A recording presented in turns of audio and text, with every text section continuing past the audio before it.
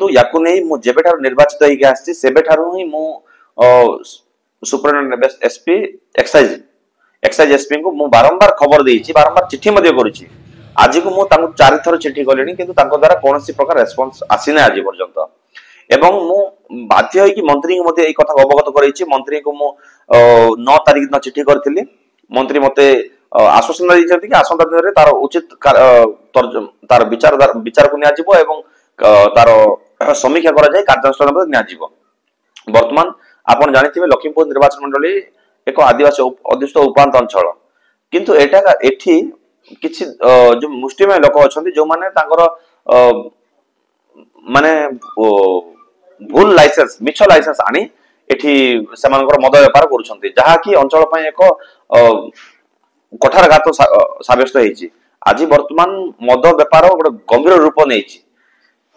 एठी सठिक मद बिक्री न होई सब नकली मद बिक्री होउछि एवं लाइसेंस तांकर जहा अछि लाइसेंस रो गाइडलाइन से माने पालन करू नांते चढ़ा दर रे बिक्री करूछंते निम्न मानर मद बिक्री करूछंते जहा पर अंचल रो शताधिक लोक जो आक्रांत होउछंते और जीवन प्राण मध्ये हरउछंती उदाहरण जदि कुए दशमपुर अंचल रे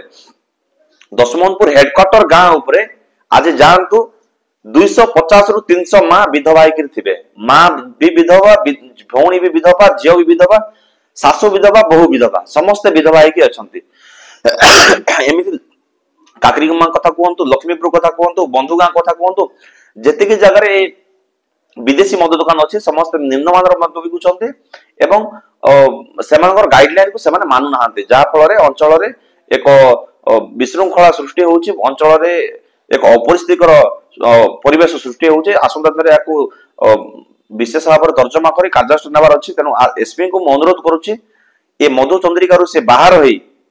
आ ऊपर उचित कार्यानुष्ठान नियंतु नले आसंता दिन रे लक्ष्मीपुर रु हजार हजार लोक जाई एसपी को ऑफिस रे धारणा रे बसिबे एसपी ऑफिस ताला चलिबो।